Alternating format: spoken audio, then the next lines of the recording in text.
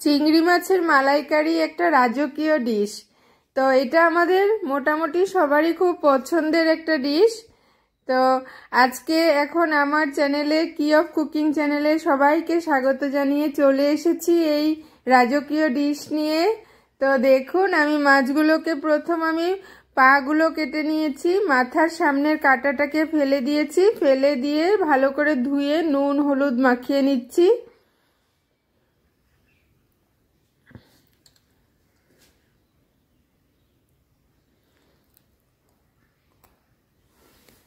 তো এই রান্নাটা আমি আজকে সরষের তেলে তৈরি করব। মালাইকারিটা সরষের তেলেই খুব ভালো হয়। তো আপনাদের ঘরে যেই তেলই ইউজ করলেও হবে, তো আমি এখানে সরষের তেলে বানাচ্ছি। তো প্রথমেই আমি তেল কিছু গরম করে নিয়েছি, গরম করে মাছগুলোকে দুইটা বেছে অল্প অল্প করে ভেজে নেব। আর চিংড়ি মাছ খুব বেশি সময় ধরে ভাজতে হয় না, হালকা হালকা ভেজে নিলে হয়ে যায়।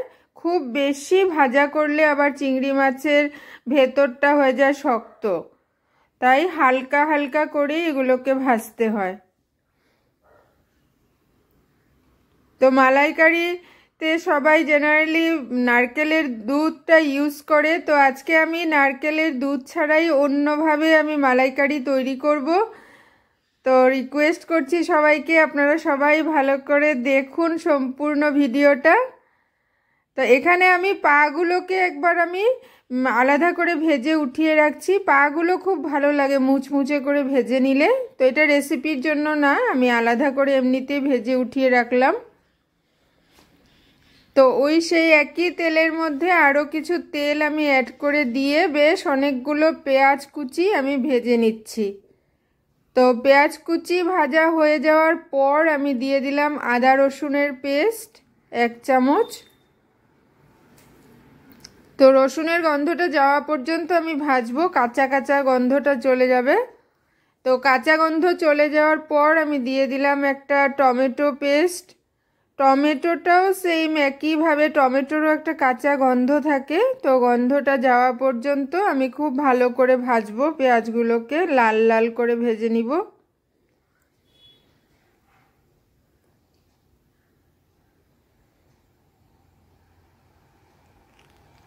তো এই প্রসেসে মালাইকারি খুব টেস্টি হয়। আপনারা অবশ্যই সম্পূর্ণ ভিডিওটা দেখুন আর বাড়িতে বানিয়ে আমাকে কমেন্টে অবশ্যই জানাবেন। তো ভাজা হয়ে যাওয়ার পর দিয়ে দিলাম আমি আন্দাজ মতো নুন, হলুদ গুঁড়ো, লঙ্কা গুঁড়ো, জিরে গুঁড়ো দিয়ে আমি খুব ভালো করে গুঁড়ো মশলার সঙ্গে পেঁয়াজগুলোকে একসঙ্গে আবারও কষিয়ে নিব। ভালো করে কষানো হয়ে গেলে আমি 2 চামচ মতো ফেটানো দই দিয়ে দিচ্ছি। স্টিমটাকে কমিয়ে রাখতে হবে আর দইকে মশলার সঙ্গে চটপট করে মিক্স করে দিতে হবে, নয়তো দই ফেটে যায়। এখন দিয়ে দিলাম আমি 1 চামচ গরম মশলা বাটা আর সামান্য পরিমাণে চিনি।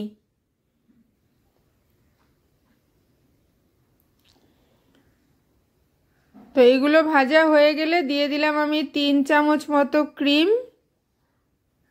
ক্রিম দিয়ে খুব একটা সময় ভাজতে হবে না, কয়েক সেকেন্ড একটু হাই স্টিমে নাড়াচাড়া করে আমি দিয়ে দিব মাছগুলোকে।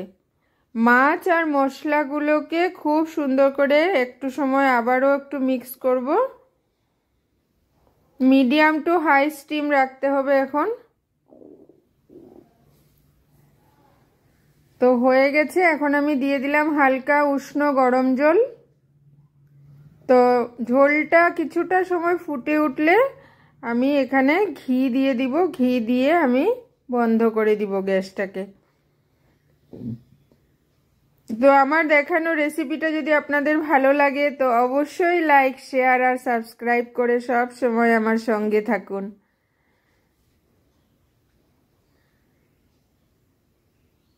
খুব সুন্দর রংটা হয়েছে দেখতে, খেতেও খুব টেস্টি হয়। আপনারা অবশ্যই এইভাবে বাড়িতে বানাবেন।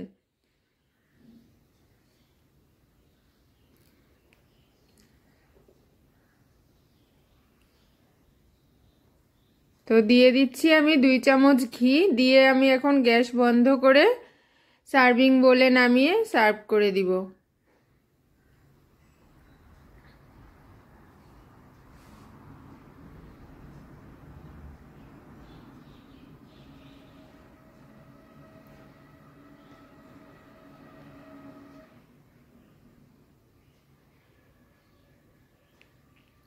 তো আজকের জন্য এখানেই, থ্যাংক ইউ।